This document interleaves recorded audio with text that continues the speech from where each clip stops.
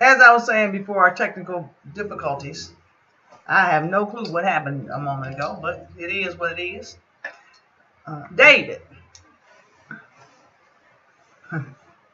known to be a king, and actually known, according to some historians, to be the only noted good king to some historians, um, according to the scriptures written by the King James Version. Although David had a lot of blood, innocent blood shed on his hand, he had blood shed on his hands. He committed adultery.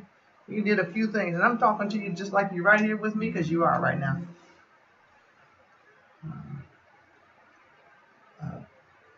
Disrespected another man and put him on the front line and have him killed, just like what they're doing nowadays. Putting the innocent people on the front line. They don't want to do their dirty work themselves, so they have people who are innocent out for these military battles that they're preparing. As they say, we won't even have cars in a few years, because I know these cars, the materials used for the cars, and including the metals, will be melted down for military purposes. Because the Bible does speak that there are wars and rumors of wars, but the end shall not yet be, because the gospel must be preached to every corner of the earth. David, a king, as I ministered to you in song prior to the technical difficulties in the message as it proceeds today, without further interruption. The Lord is our shepherd. And what do when you don't know what else to do? You stand. And as I stated to my great-great-grandfather memorial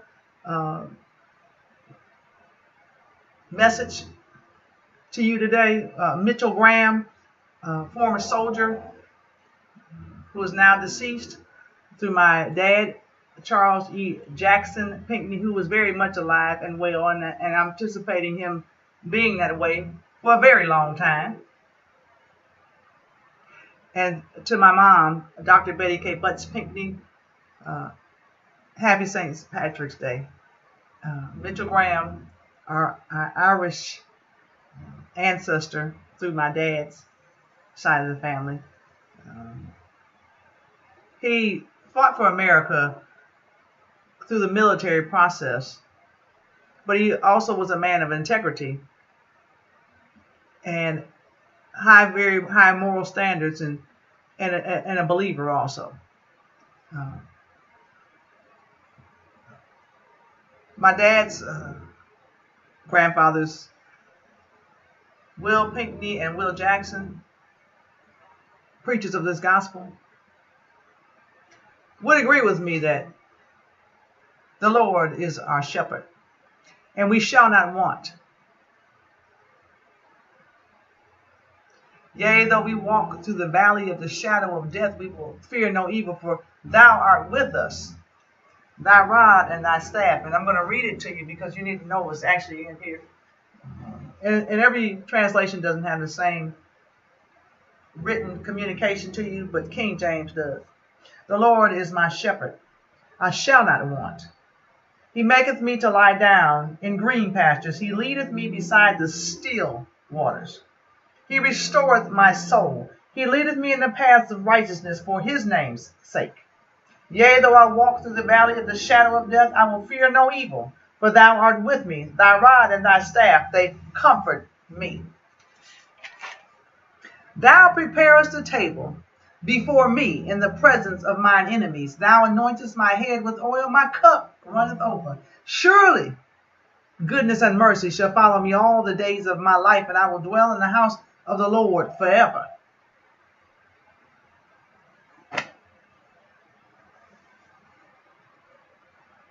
Right now, I closed this paper book, but the book remains open.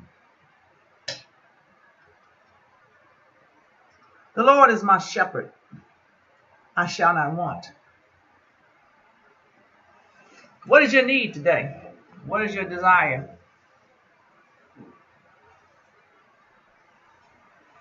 What is your purpose and your plan? I'm apostle, prophet, prophetess, evangelist, pastor, and teacher, Reverend Pamela M. Pinckney Butts. And I am the pastor of No Fear But God Fellowship Assembly, as well as other assemblies, where we are not to forsake the assembling of ourselves together with the saints. And I do greet you on this Sabbath. We had some technical difficulties a moment ago, and the beginning of this message was shut down for whatever reason it may be. But once again, this is the Sabbath of the Lord our God, and we must honor it, respect it. Before we go any further, remember that the Sabbath was created for us as a day of rest, not us for the Sabbath. Wherever you are and whatever you're doing right now, stop and give Jesus a pause for the cause, and give God some praise right now. Lift him up in the atmosphere, wherever you find yourself. The church headquarters is currently located at 15415 Kipling Avenue in Cleveland, Ohio, 44110. For those of you who would like to partner with this ministry, pay your tithes, give a financial offering, give resources for the community. And this is also the headquarters of Black on Black Crime Incorporated, survivors of victims of tragedy.